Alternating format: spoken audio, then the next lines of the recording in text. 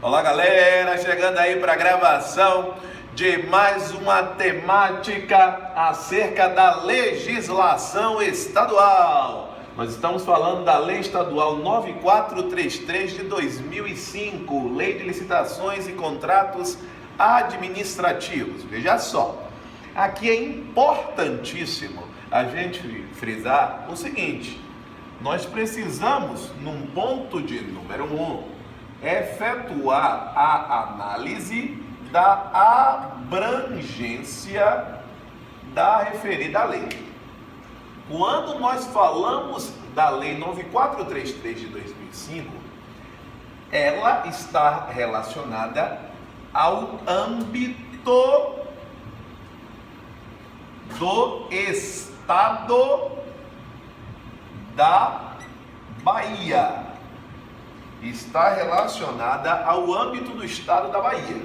No entanto, o que é que a gente precisa avaliar, o que é que a gente precisa vislumbrar aqui? Que esta lei, ela deve obediência à Lei 8666 de 1993. A Lei 8666, ela estabelece normas gerais acerca de licitações e contratos administrativos. Aí o que a gente precisa avaliar? Alan, a Lei 9433 tem aplicabilidade em qual momento? Bom, esta Lei 8666, ela não se aplica apenas à União. Ela se aplica à União, ela se aplica aos estados ou estados membros, inclusive o estado da Bahia. Ela se aplica, atenção, aos municípios, e ela se aplica também ao DF, ao Distrito Federal. Como ela se aplica a todos os entes federativos, por mais que o jargão jurídico chame de lei federal, verdadeiramente do ponto de vista técnico, esta lei, ela é uma lei nacional e não simplesmente uma lei federal, na medida em que ela não se aplica apenas à União, mas sim a todos os entes federativos, inclusive o estado da Bahia. Então parece-me claro que quando nós raciocinamos a Lei 9433, ela estabelece, então veja que a Lei 9433 de 2005, ela estabelece não normas gerais, mas sim normas específicas acerca da parte envolvendo as licitações e contratos. Então, o primeiro ponto de normatização específica envolve o âmbito de aplicação. O âmbito é o estado da Bahia. Então, quando nós afirmamos que o âmbito é o estado da Bahia, a gente precisa avaliar justamente qual é esta, em um ponto número 2, extensão considerando o estado da Bahia. Quando nós falamos em extensão, eu estou dizendo que se aplica, primeiro, ao poder executivo, e quando eu falo em poder executivo, eu estou falando do poder executivo como um todo, que é a ideia da administração pública. Então, quando nós mencionamos esse poder executivo, a gente está se referindo à administração pública direta, à administração pública indireta, por aí vai. Nós temos o poder legislativo, além do executivo e do legislativo, nós temos o poder judiciário,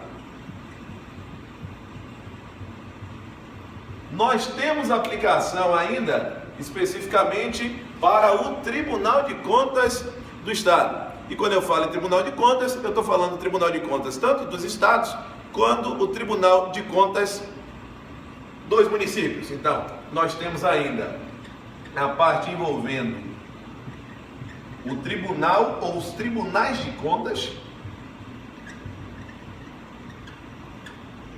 E quando eu falo em tribunais de contas, eu estou falando em tribunais de contas, o Tribunal de Contas do Estado, que é o TCE, assim como se aplica ao Tribunal de Contas dos municípios. Alain, mas como é o Tribunal de Contas dos municípios, não teria que ter uma normatização municipal? A resposta é não. Pelo seguinte, veja que eu estou me referindo ao Tribunal de Contas dos municípios. Consequentemente, abarca mais de um município. Se abarca mais de um município é porque este órgão, o TCM, ele é um órgão estadual e não um órgão municipal, justamente por abarcar mais de um município. Neste cenário, observe ainda o seguinte: nós temos também a aplicação dessa normatização ao Ministério Público. Nós temos a aplicação desta normatização ao Ministério Público, tá? Então veja que esse é o âmbito inicial de extensão da norma jurídica. Ainda neste aspecto, nós devemos observar o seguinte: quando nós raciocinamos ainda este poder executivo, nós precisamos pensar na administração pública. Na administração pública. Como precisamos pensar na administração pública? Nós precisamos pensar de logo na administração pública direta. E aí nós estamos pensando nos órgãos dessa administração pública direta. Então nós podemos pensar em exemplos como as secretarias. Então você tem a Secretaria de Infraestrutura, você tem a Secretaria de Recursos Hídricos, Secretaria de Transporte, da Fazenda, enfim, as secretarias como um todo. Nós temos a aplicação, a administração pública indireta. Porém, quando nós mencionamos a administração pública indireta, a gente precisa raciocinar inicialmente as autarquias, como é o caso, por exemplo, da AGEL. Nós devemos pensar ainda nas fundações públicas, como é o caso da Fundação de Cultura do Estado da Bahia, tá? São exemplos de aplicação na administração indireta. Só que a gente precisa entender ainda o seguinte: o que nós precisamos compreender? Venha comigo para observar que esta administração indireta, ela é composta, esta administração indireta, repito, ela é composta, todo cuidado, ela é composta também, atenção, esta administração indireta, ela é composta por empresas públicas e por sociedades de economia mista, por empresas públicas e por sociedades de economia mista. A pergunta que nós temos aqui é: a aplicação, ela é ou ela não é estendida para estas empresas públicas e para as sociedades de economia mista? A resposta é sim. Tanto para as empresas públicas e sociedades de economia mista, que de alguma forma executam serviços públicos, então aquelas que prestam serviços públicos,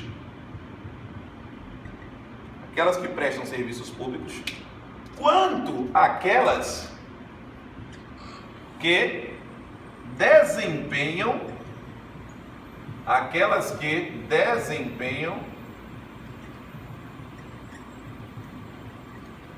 atividades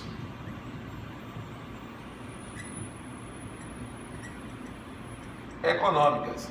Alain, mas eu achava que quando eu pensava em empresa pública e sociedade de economia mista, elas só desempenhavam atividades econômicas. Não. Quando você pensa, por exemplo, na Embasa, a empresa baiana de água e saneamento, ela está relacionada ao serviço público, que é o serviço relacionado ao fornecimento de recursos hídricos, tá? Sobretudo a parte envolvendo a parte da água mesmo, né, propriamente dita. Enfim, isso vale não só para as empresas públicas e sociedades de economia mista.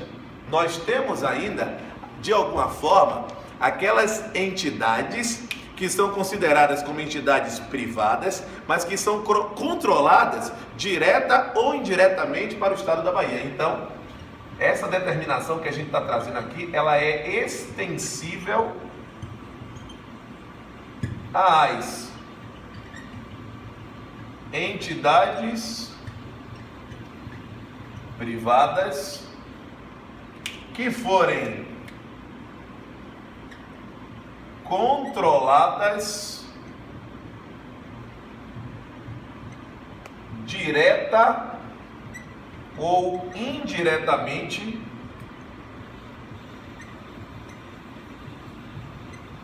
pelo estado da Bahia. Direto ou indiretamente pelo estado da Bahia.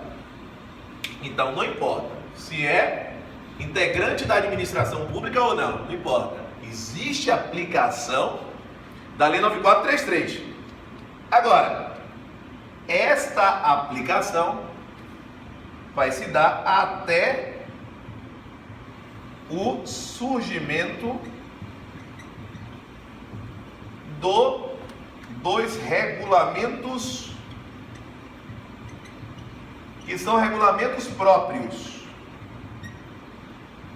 como é o caso, por exemplo, de um estatuto relacionado a licitações para empresas públicas e sociedades de economia mista que desenvolvam atividades econômicas, como pode ser também por aprovação de atos específicos de autoridades relacionadas às entidades que estão vinculadas. Então eu tenho, por exemplo, um regulamento específico para uma sociedade de economia mista, como é o caso aqui da Embasa, ou como é o caso, por exemplo, da Condé, que já é uma empresa pública. Enfim, eu posso ter uma regulamentação específica aprovada pela autoridade cuja entidade está vinculada, ou seja, em relação à secretaria cuja entidade ela está vinculada. Então toda atenção para este aspecto. Então eu posso ter normatização específica. Então a gente acaba de vislumbrar quem são os sujeitos que devem respeitar a parte envolvendo a lei de licitações do estado da Bahia. Ainda neste cenário, nós temos a questão atinente à ideia do objeto. Qual é o objeto? O objeto está relacionado a obras, existem serviços, além das obras e serviços, existem as compras, existem as alienações, nós temos ainda as locações e, por fim, a questão atinente às concessões e permissões de serviços públicos. Concessões e permissões de serviços públicos e, em alguns casos, também a concessão de obra pública. A concessão ela também pode ser de obra. A concessão ela também pode ser uma concessão de obra pública. Então toda a atenção para os aspectos atinentes a este processo. Eu chamo a atenção para o seguinte: quando nós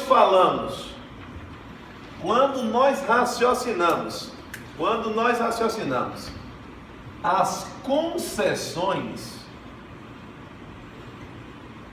e permissões de serviços públicos, essas concessões e permissões, em verdade só coloco concessões e permissões inicialmente, você vai observar que as disposições gerais, agora sim, envolvendo essas concessões e permissões de serviços públicos, ela vai estar relacionada, quando se tratar de serviços públicos, a ideia trazida em uma lei nacional, uma ideia trazida na legislação nacional. E que lei é esta? Preste atenção para o seguinte: quando eu falo em concessões e permissões, o título, existe uma previsão específica, existe um título que está descrito como concessões e permissões de serviços públicos dentro da legislação estadual.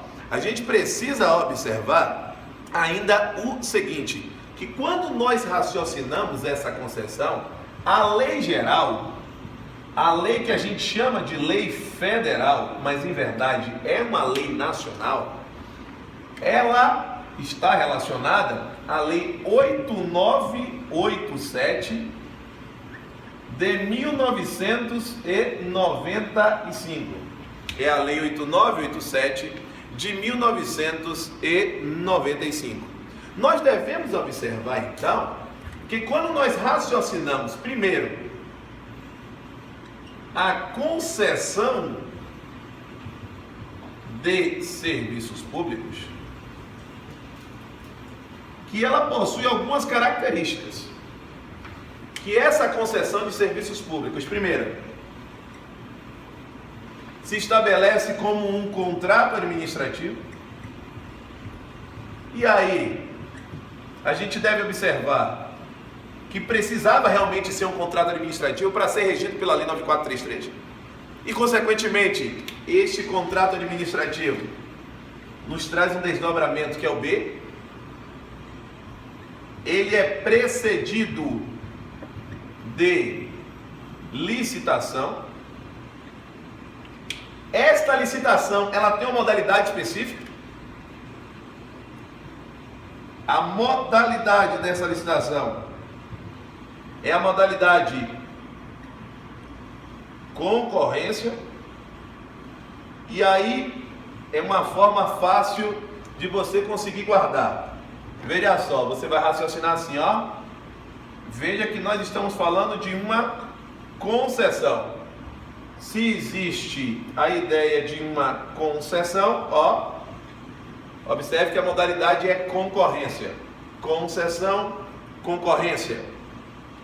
Além disso, os sujeitos que podem receber essa delegação,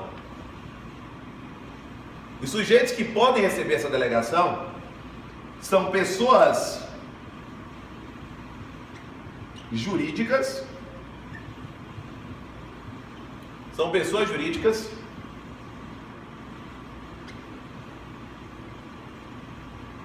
ou consórcio de empresas. São pessoas jurídicas ou consórcios de empresas. Estas pessoas jurídicas, esses consórcios de empresas que vão receber a delegação para o desempenho de serviços públicos estarão atrelados especificamente a uma situação atinente ao recebimento de uma contraprestação pelo desempenho desta tarefa. Venha comigo para o desempenho, para a execução desse serviço. O que é que você deve observar aqui? Que quando nós raciocinamos essa concessão, então a continuação da ideia da concessão, essa continuação, ela nos remete a você conseguir encaixar, já no ponto E, que a remuneração da concessionária é uma remuneração efetuada diretamente pelo usuário. Então nós temos aqui o pagamento de tarifas pelo usuário. Este pagamento de tarifas pelo usuário deve atender a um princípio que é específico não das licitações, mas sim a um princípio específico dos serviços públicos. Que princípio é esse? O princípio da modicidade das tarifas. Então o Estado deve buscar a todo custo satisfazer esse princípio, tá? E a satisfação deste princípio que o Estado deve buscar é justamente ofertar, trazer para o concessionário a possibilidade, trazer para o concessionário a possibilidade de fontes alternativas de receitas. Essa possibilidade de fontes alternativas de receitas, nós podemos citar a título de exemplo o que é conhecido no cenário da publicidade como GUSDOR, como INDOR. São fontes alternativas dessas empresas para que possibilite tornar os preços das tarifas de uma forma um pouco mais suave para os usuários dos serviços. Então, é de suma importância que a gente consiga verificar ainda o seguinte, a gente consiga enxergar que quando nós raciocinamos a questão da concessão, ela desenvolve-se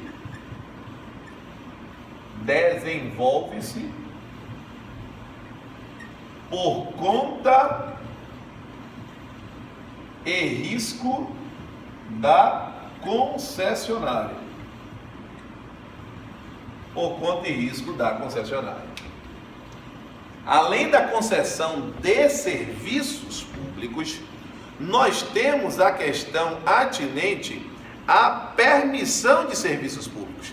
Quando nós raciocinamos esta permissão de serviços públicos, nós devemos observar que essa permissão, ela também é formalizada com a ideia atinente à prestação de serviços públicos.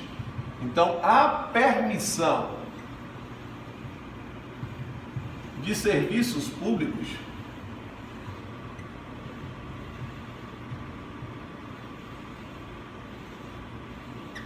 ela também possui como papel a celebração, primeiro, a celebração de um contrato administrativo. A celebração de um contrato administrativo. E essa lei, a lei 9433, ela trata disso, porque se nós analisarmos as concessões e permissões, por exemplo, para o sistema de transportes no estado da Bahia, do Serviço Público de Transportes, é uma lei de 1994. Então, como a lei de 94, quando veio em 2005 a Lei Estadual de Licitações, ela trouxe um título, ou melhor, um capítulo específico para tratar de concessões e permissões, justamente porque a lei estadual, ela não estava de acordo com a legislação nacional. Depois isso é corrigido com legislações específicas do sistema de transporte, que é do sistema rodoviário e do sistema hidroviário, a 11.378 no sistema rodoviário e a 12.044 no sistema hidroviário, leis de 2009 e de 2011. Tá? Mas em 2005 não existia, por isso que a lei de licitações ela precisa tratar dessa temática. Ainda neste aspecto, nós temos um ponto B, que se tem contrato, tem licitação, mas antes, a legislação ela chama atenção que se trata de um contrato de adesão. Alan, então você está me dizendo que na concessão não é? Não, a concessão também é, mas a lei deixa claríssimo para a permissão. O que isso quer dizer? Que a estipulação das cláusulas, ou pelo menos das principais cláusulas, ela é feita pela administração pública, que é considerada como a contratante. Nós temos ainda, se existe um contrato, que esse contrato ele seja precedido de licitação.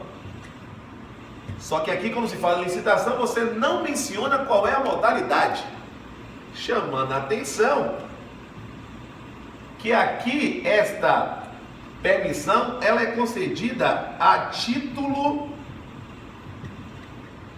precário. A título precário quer dizer que ela pode ser desfeita a qualquer tempo. Isso vai de encontro um pouco à ideia de que os investimentos da concessionária eles precisam ser amortizados com o tempo. É por isso mesmo que as concessões, como regra, elas têm um prazo mínimo de ocorrer. Justamente porque as concessões são valores mais elevados, são valores mais vultosos. Então existe um prazo mínimo de celebração desse contrato.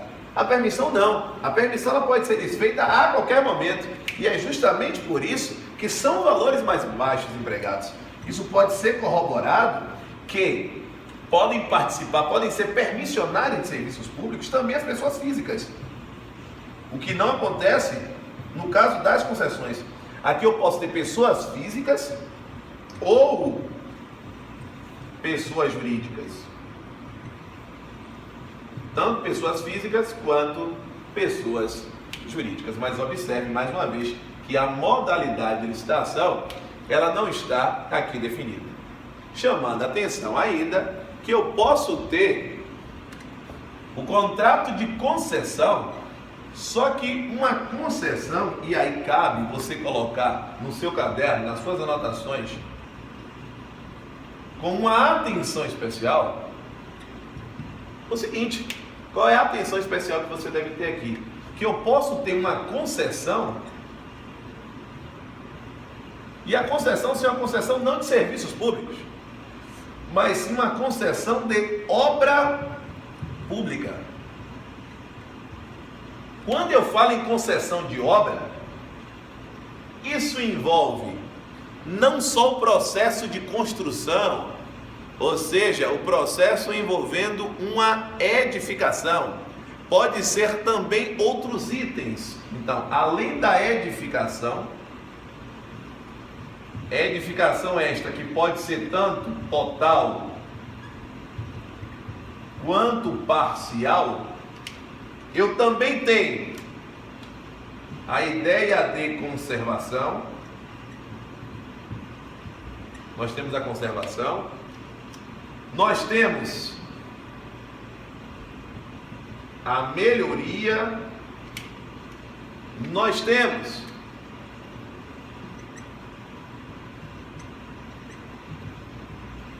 a ampliação, enfim, tudo isso inserido na ideia de obra pública. Importantíssimo frisar ainda que quando nós raciocinamos essa ideia relacionada a esta obra pública, nós precisamos entender que esta determinação ela pode ser feita tanto para uma situação de uma pessoa jurídica, e pessoa jurídica esta que não é extensível à ideia daquele consórcio de empresas. Então raciocine comigo aqui. Quando nós falamos desta concessão, que eu preciso que você entenda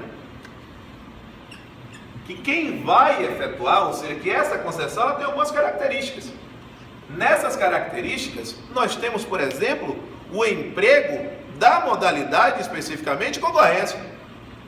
Então você tem, mais uma vez, quando você fala da concessão de obra pública, um contrato administrativo. Este contrato administrativo, quando nós pensamos nessas características, este contrato administrativo, ele é precedido de licitação.